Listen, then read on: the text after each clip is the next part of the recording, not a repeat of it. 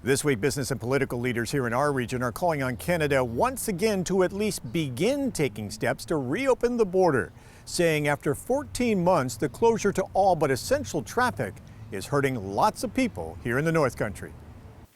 And so we continue to be perplexed by the feedback from the highest levels in the Canadian government when we come out, Senator Schumer comes out, others come out and saying, we need an immediate start of planning for the way forward. What will be the metrics? What will be the considerations?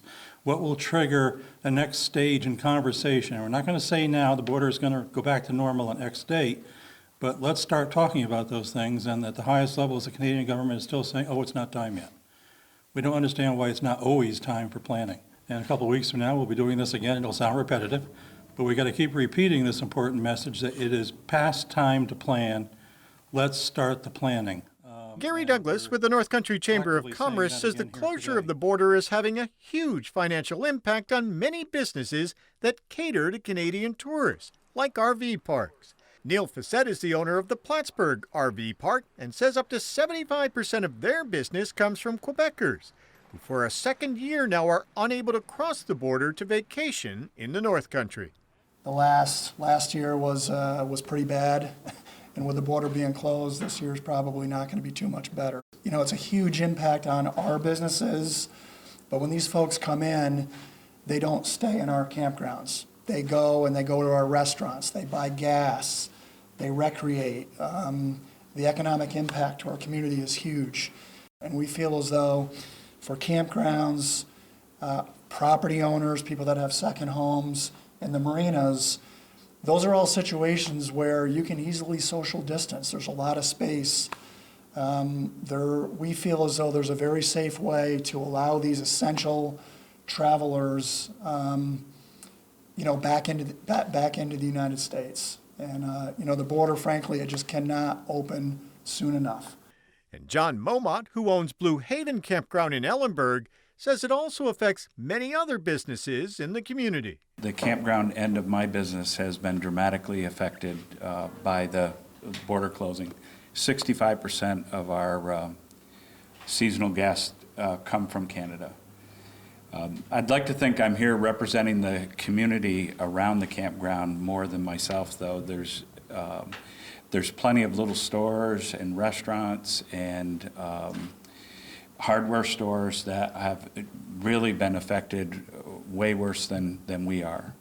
And it is very important for us to get this border open. It means a lot more to us than it does to Canada. The past year has also been incredibly difficult for families separated by the border. Tracy Simmons was unable to care for her elderly mother in Quebec when she became gravely ill. It was actually May of last year. My 82-year-old mother had COVID, and she was in the hospital. And between the hospital stay and her quarantine time, that was a total of 83 days where she had to be alone. The border was closed. I was not able to visit with her. I wish I could have been with her to help her with her extended recovery from COVID. Sadly, this past January, I lost my mother to lung cancer. I was not able to visit her in the hospital in Quebec. The hospital did not want any visitors. I was able to go to the funeral.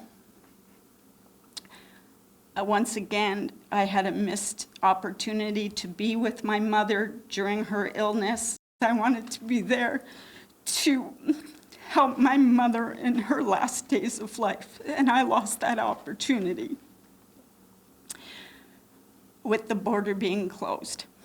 New York Assemblyman Billy Jones wants the Canadian government to do more to help Tracy Simmons and others who haven't been able to be with their families for more than a year. We have been pushing our federal officials and our friends to the north here to give us some kind of guidance. And here we are, 14 months, we're going into 15 months after, and we've just been told no, no, no. And we're going to be a little more forceful in just not accepting no anymore. Let's come up with some kind of plans. Let's do something here. a phased-in approach. We've always said that. This is how we've gotten this far in New York State and in the United States, is a phased-in approach. But every time we get to that cutoff, that deadline, which will be May 21st, again, it's just been no, and nothing has been planned. Jones is asking New York to help, and like some other states, offer to vaccinate Canadians to help them get their numbers up, starting with essential workers, and then Canadians who own property in the state or have close family living on this side of the border. There are other states right now, North Dakota, one in particular, Michigan, that are taking steps to help get essential workers and essential travelers into the United States vaccinated from Canada. So I'm calling on New York State today to vaccinate essential workers from Canada. We can do it. We have the supply now. We've done an excellent job here in the North Country. It's been a struggle for them to get the vaccinations out. Their numbers are pretty low, getting better in the last week or two. But I'm calling on New York State to give us that permission, give us that guidance to get essential workers from Canada vaccinated here. Other states have started to do that. We can do that. We can go beyond essential workers and get into essential travelers as well. We can do this. Jones and the Chamber have reached out to both federal and state leaders, asking for help getting the state health department to okay giving vaccines to Canadians, in the hopes it will help convince Ottawa to look for ways to move ahead and get the border reopened. This will help the border open up, and we need to open it up. But I'm calling on the Canadian federal government. Mr. Trudeau, open up this border.